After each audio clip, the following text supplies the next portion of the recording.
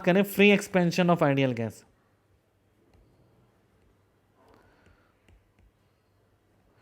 Ideal gas का अगर free expansion हो तो एंट्रोपी कैसे कैलकुलेट की जाती है? तो इनरिवर्सिबल जो होगा, ऑलवेज, हमेशा इनरिवर्सिबल डेल्टा एस टोटल क्या होगा, ग्रेटर देन जीरो। ठीक है, फ्री एक्सपेंशन हो रहा है तो ये क्या होगा, इनरिवर्सिबल होगा, क्योंकि पी एक्सटर्नल क्या है, जीरो, और जो कि क्या है, कांस्टेंट। फ्री एक्सपेंशन में क्या होता है, पी एक्सटर्नल जीरो, जो कि क्या है, कांस्टेंट, तो ये क्या होगा, इनरिवर्सिबल, डेल्टा एस टोटल जीरो होगा। तो अगर हम आइसोथर्मल की बात करें, isothermal free expansion, delta U क्या है, जीरो, डब्ल्यू क्या है, जीरो। आइसोथर्मल है तो डेल्टा यू जीरो हो जाएगा, क्यू जीरो है, डब्ल्यू भी जीरो, हाँ सॉरी, डब्ल्यू जीरो है, पी एक्सटर्नल जीरो है, तो क्यू यूनिवर्सिबल में कितना हो गया, zero. T one equals to T two है ना, तो डेल्टा एस सराउंडिंग कितना हो गया, जीरो। तो डेल्टा एस सिस्टम कितना हो जाएगा आइसोथर्मल में, delta S total N R L N V two by V one equals to N R L N P one by P two. ये हो जाएगा हमारा isothermal free expansion. Adiabatic free expansion की बात करें,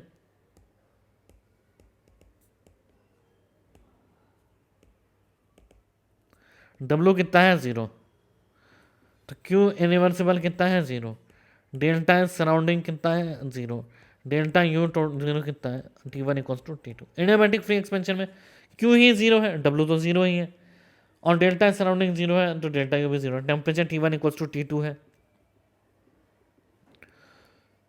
तो फिर इस केस में क्यू इनरिवर्सिबल जीरो है तो डेल्टा यू सराउंडिंग जीरो है, तो फिर डेल्टा सिस्टम कितना होगा, डेल्टा एस सिस्टम कितना होगा, डेल्टा एस सिस्टम होगा N R L N V two by V one, delta S system. तो ये किसके जैसे हो गया, आइसोथर्मल के जैसे। देखिए डब्ल्यू जीरो है, पी एक्सटर्नल जीरो है, क्यू रिवर्सिबल जीरो है, एडियाबैटिक है, तो डेल्टा यू भी जीरो हो गया।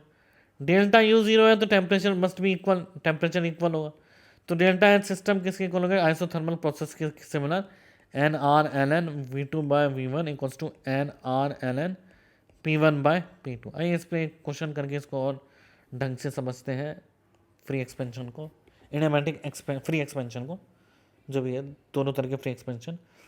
1 mole of an ideal gas originally at volume of 8 liter at 1000 Kelvin is allowed to expand adiabatically, is allowed to expand adiabatically until final volume is 16 liter for the gas CV equals to 1.5 R. Calculate values of delta S for the process.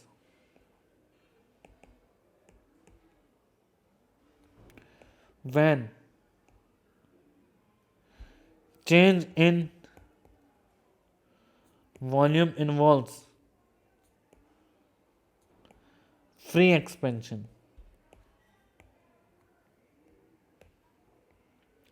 N क्या है, 1 mole, ideal gas volume V initial है 8 litre,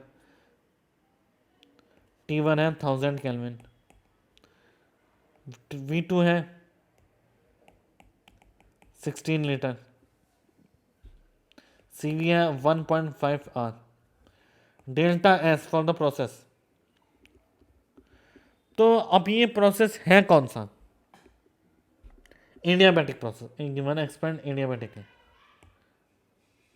अगर ये adiabatic process है तो delta S और expansion है, free expansion है, तो बात है इनरिवर्सिबल की बात कर रहा होगा।